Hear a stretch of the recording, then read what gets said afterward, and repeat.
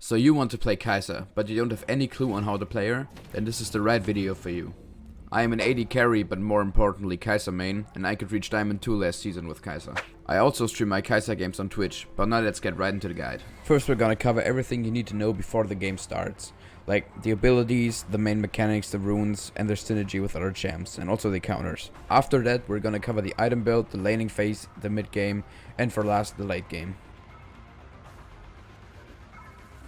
Kai'Sa's passive is second skin. Every time she hits a target, she applies plasma stacks up to 4 times.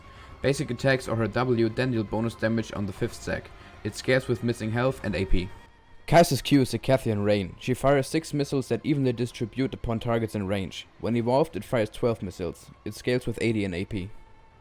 Kai'Sa's W is Void Seeker. She fires a straight line missile stopping at the first enemy hit, marking them with 2 plasma stacks and gain true sight on them. It deals magic damage, scaling with 80 and AP. When Void Seeker is evolved, it applies 3 plasma stacks and refunds 70% of the cooldown if you hit a champion. Kai'Sa's E is Supercharged. When casted, Kai'Sa gets a burst of movement speed, scaling with attack speed. During this time, she can also move through units. When evolved, Kai'Sa gets invisibility for 0.5 seconds upon cast. Kai'Sa's R is Killer Instinct. Kai'Sa dashes to a target location near a target marked with plasma. During dash, Kai'Sa gains a shield, scaling with AP and AD. Killer Instinct also is an auto attack reset.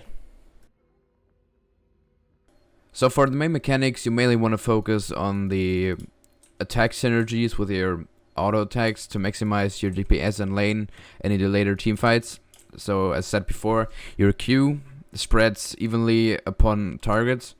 As you see, we have the 3 dummies here in the range, and if I Q, it splits onto all of them, dealing the even amount of damage. But you want to deal massive single target damage, especially in lane when you want to trade. So be sure to always isolate your target. Like he's isolated. He's the only one in range, and so you just want to Q out attack. You always want to do that in lane. You want to Q out attack, Q out attack, Q out attack. This is the best DPS poking combo or trading combo in lane, especially when you isolate a target. It's okay if you hit the supporter with it. It still deals good damage. You mainly want to use your W to poke in lane since it has good level 1 damage with 170 with pickaxe. So you want to use it to trade or poke your enemy in lane. If you really have a good trade, you can try to get the Q auto attack W off. It deals really good damage, and if you can, with Hail of Blades, you can get the 2 last auto attacks off and get a pretty big burst of damage because of your passive. This will look like following. You mainly want to use your E to kite away or self-peel you off from something like a Morgana ult or to dodge skill shots in lane. Like you gain a pretty good amount of movement speed to dodge these skill shots. And after that, you could turn the fight because you have the extra attack speed. The E is mostly going to be strong in teamfights later because it gains you invisibility and you can easily reposition yourself in the teamfight because nobody can see you. You mainly want to use your ultimate to hunt down enemies or reposition yourself in teamfights. Now I'm gonna show you the late game rotation you can do to pick someone and deal massive damage.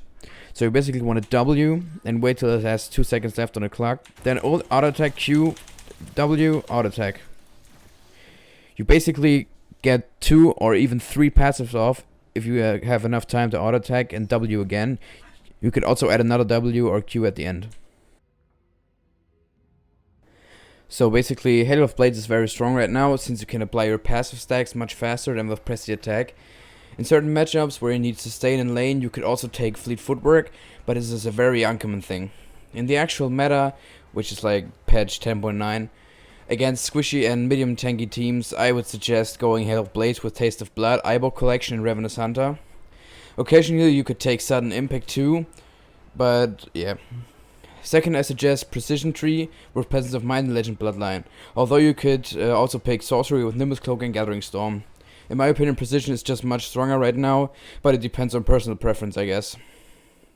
The second option against very tanky teams you have is taking Press the Attack as your keystone with Presence of Mind, Legend Bloodline, and Coup de Grace or Cut Down. I personally go Sorcery with Nimbus Cloak and Gathering Storm with Press the Attack usually, but you could also take Taste of Blood and Ravenous Hunter. Same goes for Fleet Footwork too. For little rune slots, you always want to take attack speed, adaptive damage, and armor or magic resist. So in case of synergy, you're mostly going to be synergizing with CC supports because their CC applies plasma stacks onto your enemies and you have an easier time proccing your passive. Shield and Iron supports like Lulu or Nami are also very good with Kai'Sa because they make her auto attacks very powerful in late game, and also during the laning phase they can heal and shield her very good and bring her through the lane to her power spike. In my opinion, Kai'Sa doesn't work very well with damage supports like Brand or all those AP kind of one-shot support stuff. I don't think it works very well and doesn't synergize well, but you can play it although. Since early in mid-game are Kai'Sa's weakest phases, she's pretty much countered by anyone who outdamages her in these two phases, like Draven Kalista, or like champions with a 2-item power spike, just like Xayah outdamages her too in the mid-game. And all of them just counter her in the first part of the game, but in the late game, Kai'Sa will get pretty potent and still crush them. Although Kai'Sa is pretty strong in the late game, she still gets outdamaged by champions like Vayne, who are more potent than Kai'Sa in the late game and deal way more damage than she does if she doesn't hit her W or her Q properly. Due to the AP and AD scaling on her abilities, Kai'Sa has a very high variety of items she can build. She can go AP, she can go AD, and she can go hybrid. For AD, you're mainly gonna go IE or Stormrazor first into DrZues and Runans or Infinity Edge. But these builds are viable, they're not that good anymore since the patch is in 10.5. Since patch 10.5, AP is the better way to go on Kai'Sa. You want to go Man Immune into DrZues and then Nashor's Tooth. Hybrid is viable, but it's not that strong since you won't get the 75% crit nor the high AP. It doesn't matter for which build you decide, you will always going to take the Berserker Greaves on Kai'Sa. Since Kai'Sa can build basically any item that gives her damage in the game, there are many options for your 5th and 6th item. For the AD build, I suggest Phantom Dancer, Rapid Fire Cannon, Guardian Angel, or Mercurial Scimitar. And for the AP build, Zhonya's, Rabadon's, Guardian Angel, Mercurial Scimitar. In the later phase, you want to be passive and get picks if possible. With CC supports, you try to engage weak early champs like Twitch or Vayne or the support. With shield and iron supports, you can try to fight if you are sure to get profit out of it. If you play with a Brand or a Zyra who land their skill shots and poke the enemy really hard, you could try to fight them and get a kill from it. But don't go for 2 versus 2s if you are sure you don't have the advantage since Kai'Sa is not that strong early on. You always want to trade in lane phase with the QAA combo showed earlier or poke him with a W. But always remember to not go too aggressive because Kai'Sa's early game is not the best. The mid game is Kai'Sa's weakest phase in the game because she hasn't hit her 3-item power spike yet. You mainly want to collect side lanes and farm for gold and try not to die. Usually when you hit your 3-item power spike, you want to group up with your team and stick to it. In the late teamfights and overall in the late game, you want to stick to your supporter if it's a shield heal support. Don't go alone as long as you're not 100% safe. If you're fed, you surely can try to go alone and outplay someone. In teamfights, you mainly want to do the same thing as with other AD carries. Focus the enemy in front, or if someone sees the enemy backline, you can try to ult in and get a kill on their AD carry or mid lane, as long as you didn't use your ultimate to peel yourself from the enemies early in the teamfight. I hope you liked my guide on Kai'Sa. If you did, be sure to leave a like or a subscribe.